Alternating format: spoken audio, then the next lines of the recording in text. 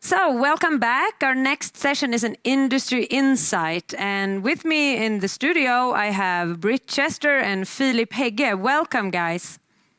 Thank you very much, Emma. I'm Philip, like I said, the US director with Adfenix. I'm joined by Britt Chester of Tribus. And really to start with, Britt, can you talk about what's the purpose of a brokerage or real estate brand's website to begin with? Yeah, I think it's a great question. And I think at the very core, a website is here for helping buyers and sellers connect with real estate agents. And that is really the purpose that website is serving.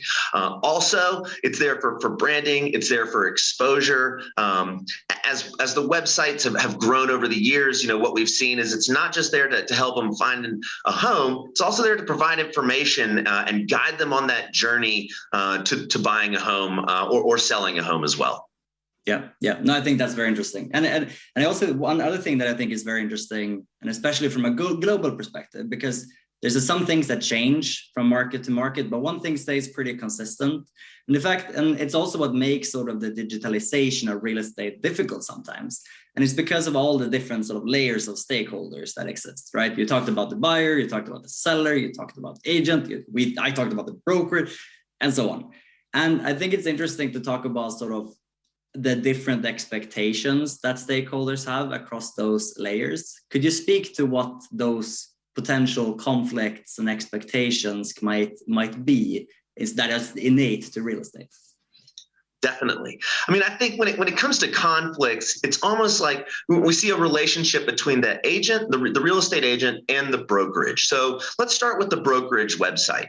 I think the goal of a brokerage website, number one, is to represent the brand, represent that brokerage, and kind of be that overarching branding and exposure. Now, we want buyers and sellers to come to that website. And so as a brokerage, we're generating them as leads so we can qualify them and then give those to our agents to help them on that journey.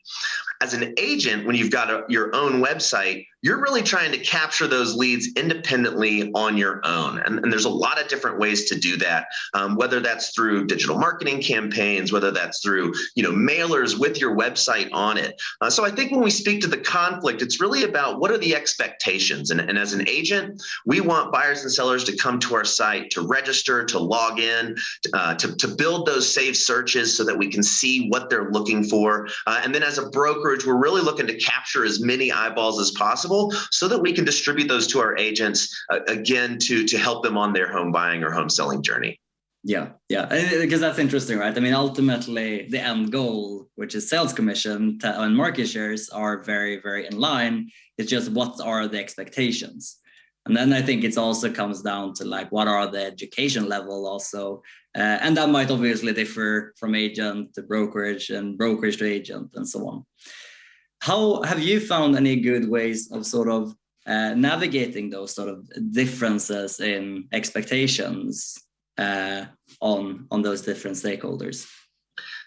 We have, at Tribus, one of the things that we hear a lot from agents is, how can we get more traffic to our website? How can we get more eyeballs on our website? And so when I'm speaking with agents and when our success coaches, when they're working with agents, it's really all about helping that agent portray themselves as the authority in their market. Right. And you can do that in various ways. You can do that with Facebook ad campaigns. You can do that with, social media campaigns, Google campaigns, all the advertising. But then there's that organic traffic that we're looking for, too. And so I think when we're trying to navigate that, it's about creating content that helps your website appear in searches, but that's also very relevant to your community. And that's how we can compete with every other website.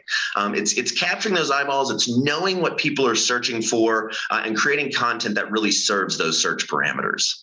Totally. And speaking about sort of the consumer here, right? Like the buyers and sellers, how have you seen what the information they're looking for and what their expectations are on a website or a brokerage website? And how have you seen those expectations shift over the last, the 18 or 24 months or however long we've been in this sort of period of time?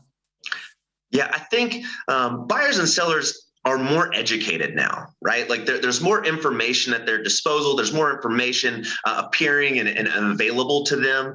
And so when it comes to like how's their demand shifted, they want to know, one, that the website or brokerage or agent that they're working with is really the expert and the authority in their neighborhood, and they can do that in a lot of ways. They do that by searching all of the content on the site. They do that by finding that brokerage through searching for things that serve their interests. And so I think when buyers and sellers are searching online now, they're able to really kind of hone in as to exactly what they're looking for. It's no longer just searching by neighborhood. We're looking for searching by school district. We're looking for searching with walkability and walk score. And so you have to be able to have a website that serves all of that and services all of that so that those buyers and sellers are as educated as they can be when they go to your site. And they're going to log in, they're going to register, and they're going to become a valuable qualified lead for your brokerage or just for you as an individual agent. Yeah. And I think that it's when building out a really good brokerage website, figuring out what is it that we can provide buyers and sellers that they can't get elsewhere, I think is a very poignant thing to think about when you're starting to sort of craft that experience.